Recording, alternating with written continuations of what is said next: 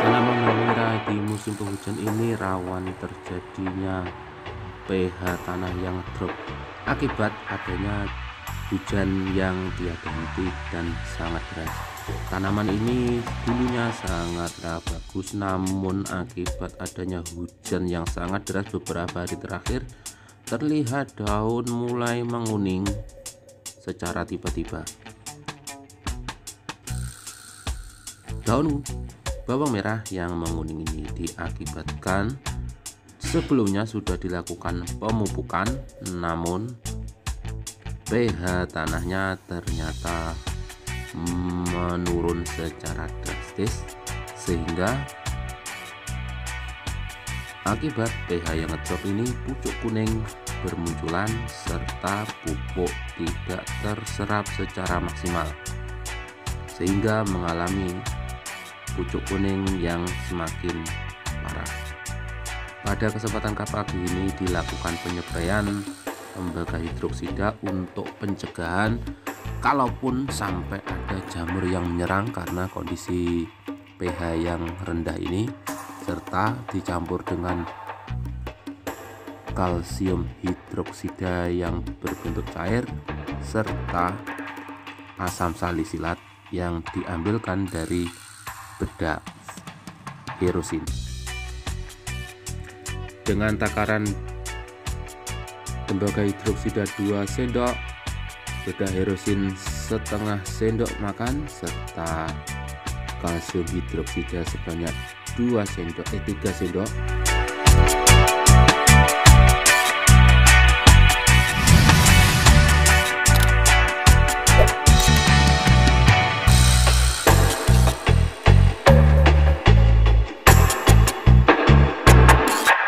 Kebiasaan umum para petani bawang merah pasca terjadi hujan yang deras, pagi harinya dilakukan penyemprotan untuk menanggulangi ataupun meminimalisir adanya efek dari hujan deras itu, yang mana biasanya habis hujan jamur akan berkembang biak dengan masif karena kondisi cuaca yang kelembapannya tinggi.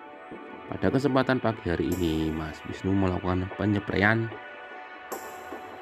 beberapa bahan aktif serta bahan kalsium, pupuk kalsium, gunanya untuk mengantisipasi serta meminimalisir dampak negatif dari adanya kondisi kelembapan yang tinggi pasca terjadinya hujan angin pada sore harinya kemarin.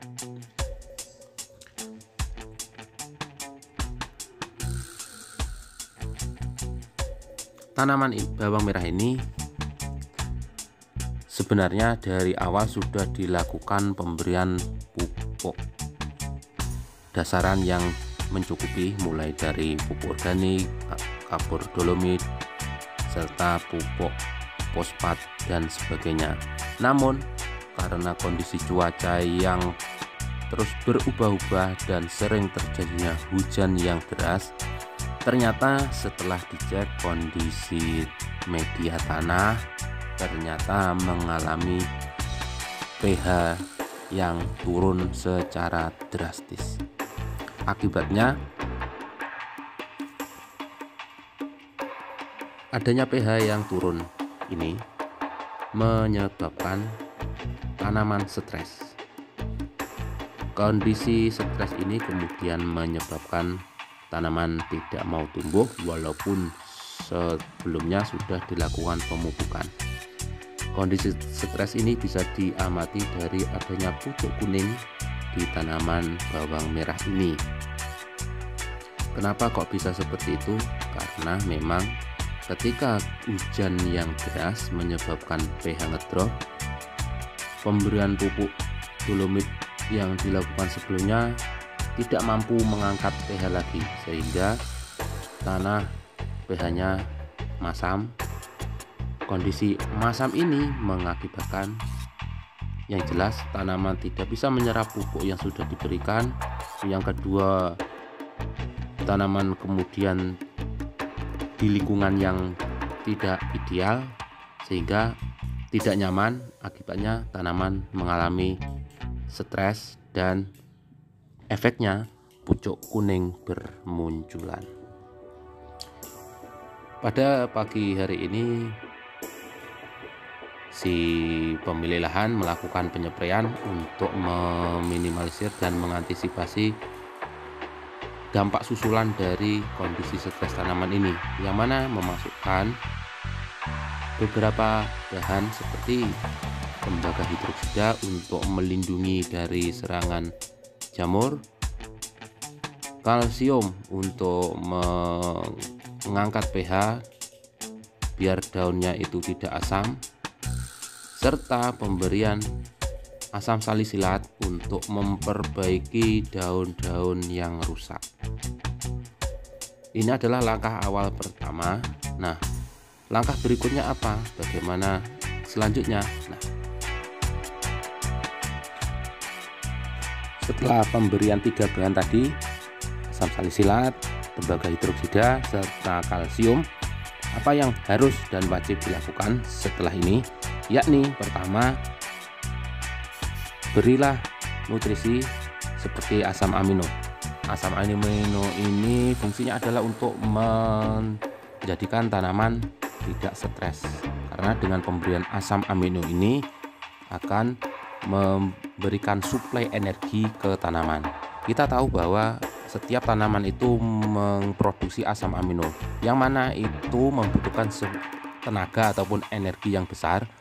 Dengan adanya energi yang besar itu malah kemudian menjadikan tanaman kehabisan kehabisan tenaga. Kalaupun orang itu kehabisan tenaga, kerja berat, makanya kita suplai dulu asam amino biar tanaman kuat dan tidak stres menghadapi cuaca dan lingkungan yang tidak menguntungkan ini. Nah, setelah pemberian asam amino, jangan lupa juga segera berikan kapur kalsium, bisa lewat dolomit ataupun kapur pertanian ataupun kapur kalsium bangunan, serta juga bisa diberikan kapur gamping.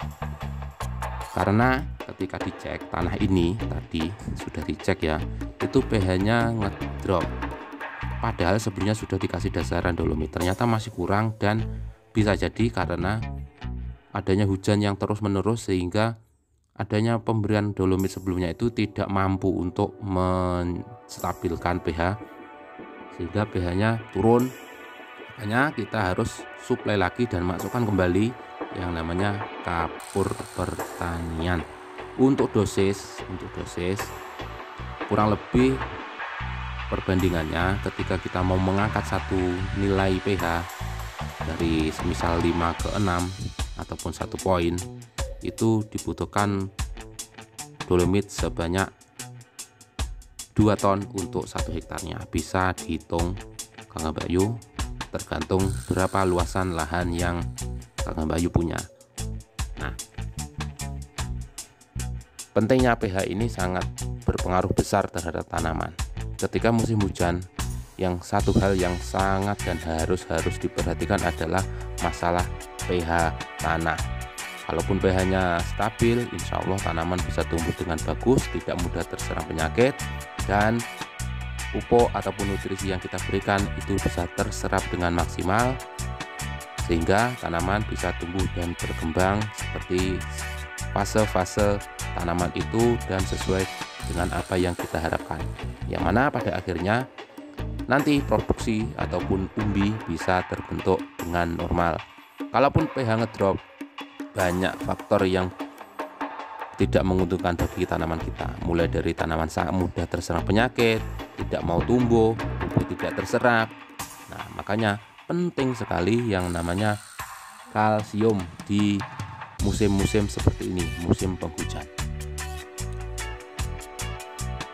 Jadi tidak usah khawatir, kalsium tidak harus diberikan di dasaran, di tengah-tengah proses pertumbuhan tanaman bisa kita masukkan, tidak masalah, tidak apa-apa, tidak berpengaruh sama sekali, malah sangat bagus, karena ini sangat dibutuhkan untuk memastikan tanaman tumbuh dan berkembang di lingkungan yang tepat, yakni lingkungan yang pH-nya netral. Oke, itu dulu Kang Bayu penjelasan kita di kesempatan kali ini. Semoga bermanfaat. Kalaupun ada salah-salah mohon maaf. Akhirul kalam, wassalamualaikum warahmatullahi wabarakatuh.